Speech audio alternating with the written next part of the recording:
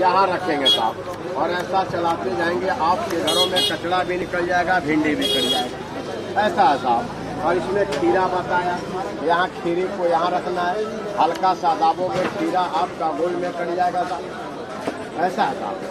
और ऐसा काटोगे, मिर्ची आता है ना, मिर्ची घरों में 2, 3, 4, 5 जितना एक बार में काटना चाहते हो सब इधर से कट जाएगा। मिर्ची का दल करेगा, धनिया वनिया कुछ भी कट जाएगा, मत को करेगा।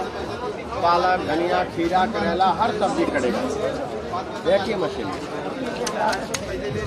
और एक ही मशीन में छिलना काटना दोनों। बड़ा आता तो बड़ा पैसा भी लगता है, बड़ा पैसा भी लगता है।